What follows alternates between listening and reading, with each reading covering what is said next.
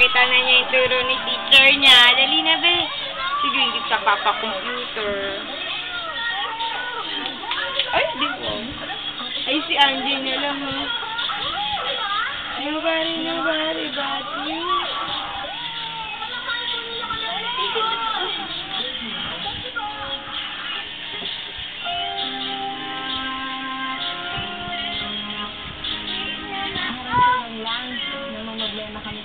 Wow, fantastic yung ano, sasayaw kung paano magpapagamit si ate. At hindi ako nakatulog ng hindi dahil sa patong-patong namin mga problema. Ang bilis ng pangyayari, sa isang iglap, paano nagbago ang kapalaran ko? Ang takbo ng aking buhay. Hindi ko alam kung anong ginawa ko.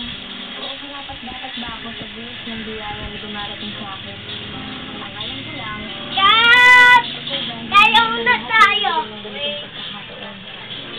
minsan lang ito darating sa buhay ko. Kaya sayang naman kung palalagpasin ko pa, diba? Alam ko marami pa akong bukas nakakainin. Marami pa akong bukas matutunan. Marami pang pagsubok na darating. At marami pang awit ng aking bahay. Mga awit ng aming buhay. Pero mas old ako nung nagsimula ako magkakali sa mga singing bondo. Dahil nabata pa ako nun, nagkakantahan ako ng kanta. Kumakanta lang ako dahil gusto ko. Parang ako naman yung tanggutunti. Kahit saan ako dalhin, kahit saan ako pasalin. Dilim? Sasabak ako.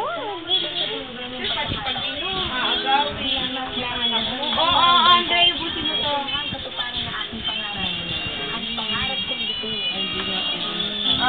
Ubusin. Konti na lang yan, oh. Tayo na tayo! Anak!